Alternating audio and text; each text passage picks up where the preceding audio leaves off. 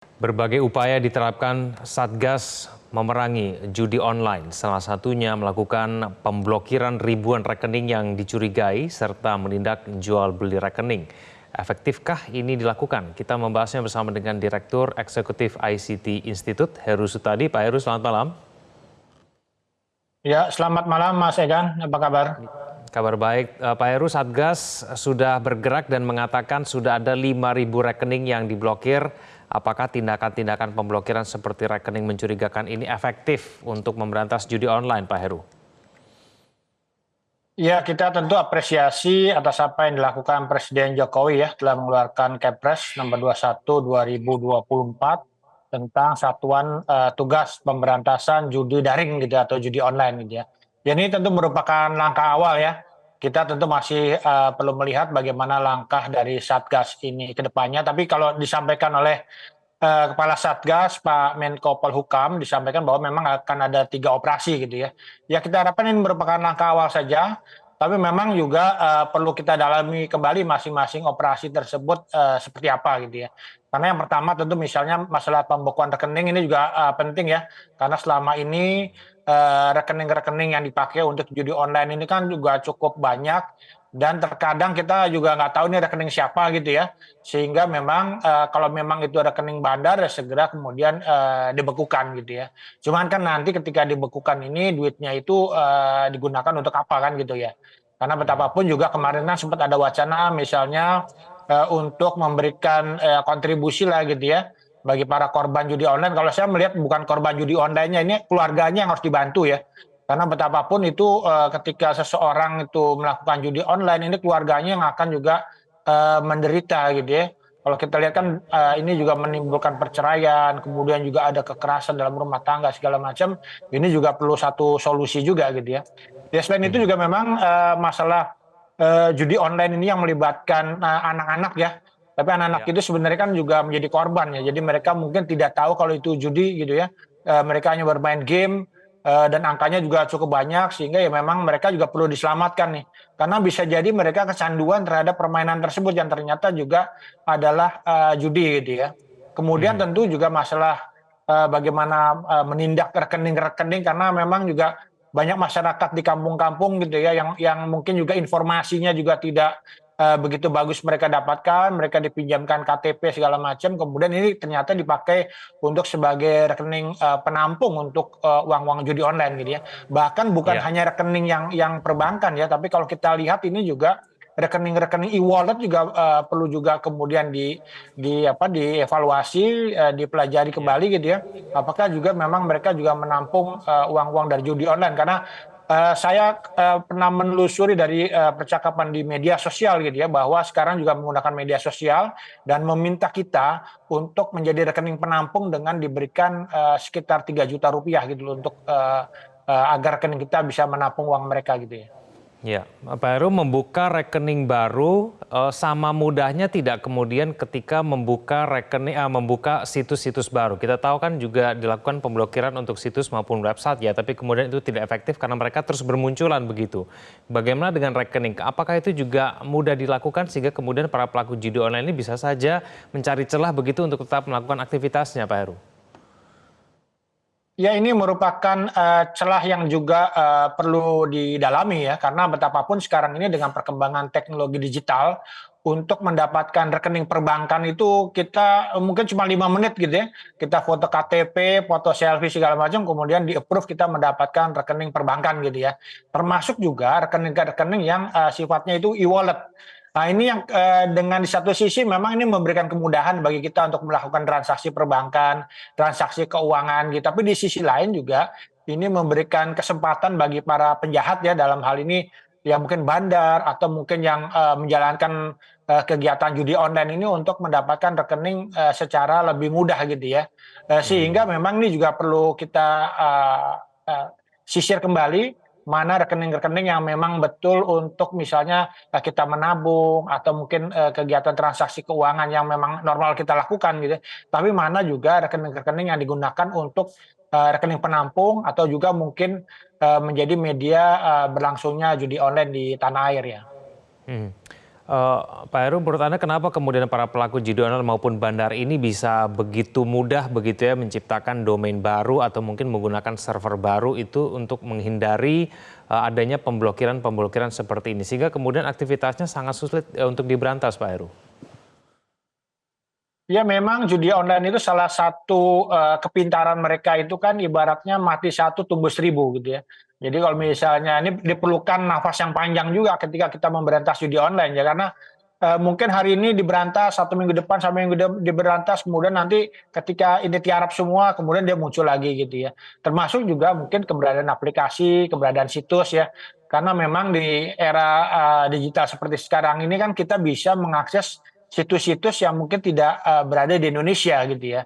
Nah ini juga tentu perlu kejelian dari teman-teman di Kementerian Kominfo untuk tiap hari ini mencari ya mungkin mencari jarum di tumpukan jerami ya, mencari situs-situs aplikasi yang terkait dengan judi online yang memberikan layanan di Indonesia gitu. Walaupun memang ya pekerjaan yang ya tidak mudah tidak sulit gitu ya, tapi memang diperlukan konsistensi untuk terus menyisir mana situs-situs yang digunakan untuk judi online gitu ya. Dan yang menariknya juga sekarang adalah bahwa judi itu tidak harus selalu mungkin kalau selama ini kan kita mungkin ada slot segala macam roulette apa gitu, tapi juga dengan metode seperti layaknya investasi ya.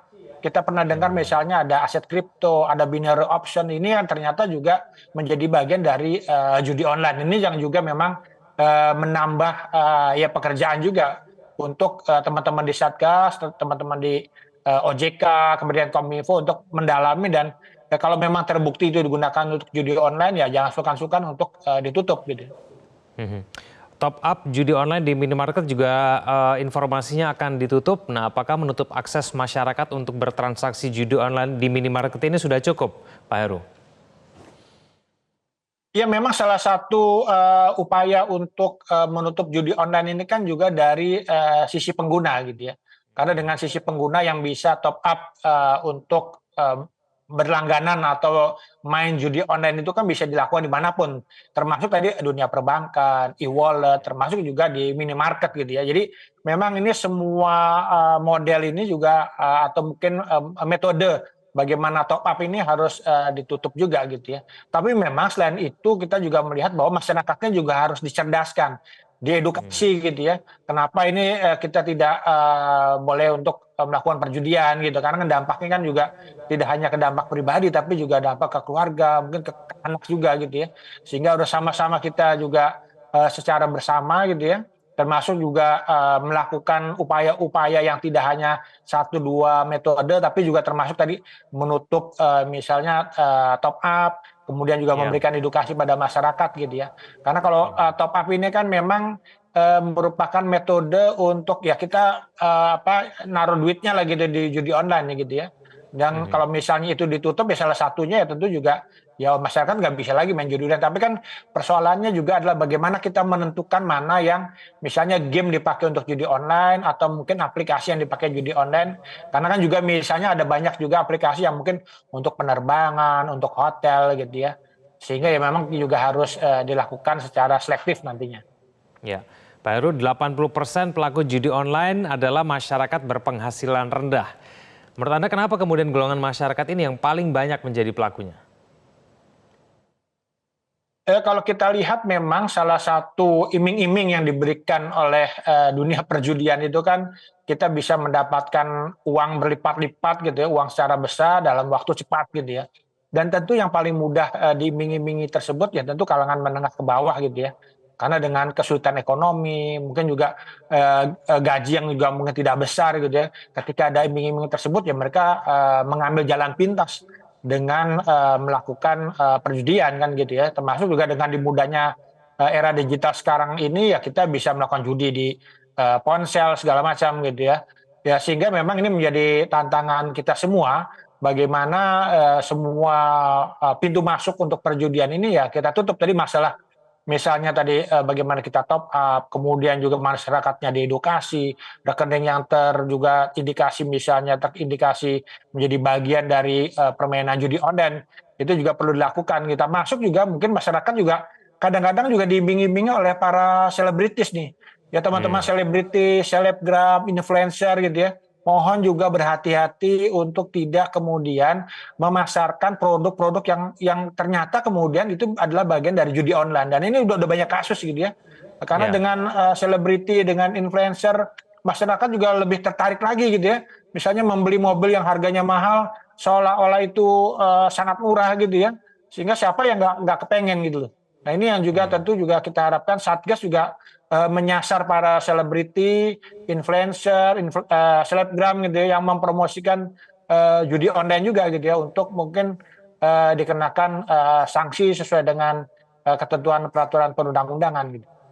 Ya, Pak Heru, kadang-kadang orang yang kemudian tidak pernah berhubungan dengan judi online, kadang-kadang juga mendapatkan SMS begitu untuk menawarkan untuk menjadi pelaku, namun kemudian dengan bahasa yang mungkin sedikit halus begitu, tidak langsung menyebutkan judi online. Dari mana kemudian para pelaku-pelaku ini bisa mengetahui data-data pribadi kita, nomor-nomor kita yang kemudian dijadikan target itu untuk menjadi pelaku baru, Pak Heru? Di era big data seperti sekarang ini ya memang tidak menjadi hal yang sulit juga orang mendapatkan data-data kita gitu ya. Walaupun juga memang bisa saja mereka mengirimkannya secara random gitu ya. Sehingga memancing seperti memancing ikan, mereka melempar kail gitu ya. Yang kemudian terkena kail mereka ya akan kemudian menjadi korban dari judi online gitu ya. Bahkan termasuk juga di media sosial gitu. Mereka secara terang-terangan misalnya, tolong dong bantu saya gitu ya untuk memiliki atau menyediakan rekening penampungan, nanti kita kasih 3 juta rupiah, kemudian segala macam itu juga dilakukan gitu. Sehingga Iya. memang ini harus secara komprehensif kita juga harus mengamati dari seluruh sisi ya, bagaimana sisi-sisi metode-metode atau proses judi online ini bisa sama-sama kita perangi tentunya. Ya, dengan segala kompleksitas dari judi online ini, Pak Heru, menurut Anda, apakah judi online ini bisa diberantas 100% menurut Anda? Ya memang kalau kita melihat sejarahnya ya memang perjudian itu selalu ada di setiap zaman gitu ya. Bahkan di negara-negara lain juga kan memang terbuka untuk perjudian. Tapi kan kita memang sebagai bangsa yang sudah menetapkan bahwa perjudian itu merupakan hal yang dilarang gitu. Tentunya memang perlu upaya yang maksimal ya. Kalaupun mungkin tidak bisa 100% memberantas perjudian, paling tidak kita ada upaya yang sebesar-besarnya agar tadi dampak negatif kepada masyarakat ini juga tidak terjadi gitu ya. Karena dengan apa yang sudah terjadi dalam kurun waktu mungkin 1-2 tahun terakhir ini kan juga sudah begitu banyak korban yang tidak hanya kecanduan judi online tapi juga terbelit pinjaman online gitu. Nah ini yang juga tentunya kan juga menambah terpuruknya ekonomi keluarga, menambah juga potensi bagaimana ekonomi nasional juga bisa jadi terpengaruh gitu ya. Karena tingkat gagal bayar dari pinjaman online juga sekarang ini juga makin besar gitu. Sehingga ya bersama-sama kita perangi dengan sekuat tenaga untuk ya sebesar-besarnya kita bisa memberantas perjudian baik offline maupun online sebenarnya. Oke, baik Pak Heru, terima kasih sudah bergabung bersama kami di Prime Time News. Selamat malam Pak Heru Terima Sutadi. kasih. Jelajahi cara baru mendapatkan informasi. Download Metro TV Extend sekarang.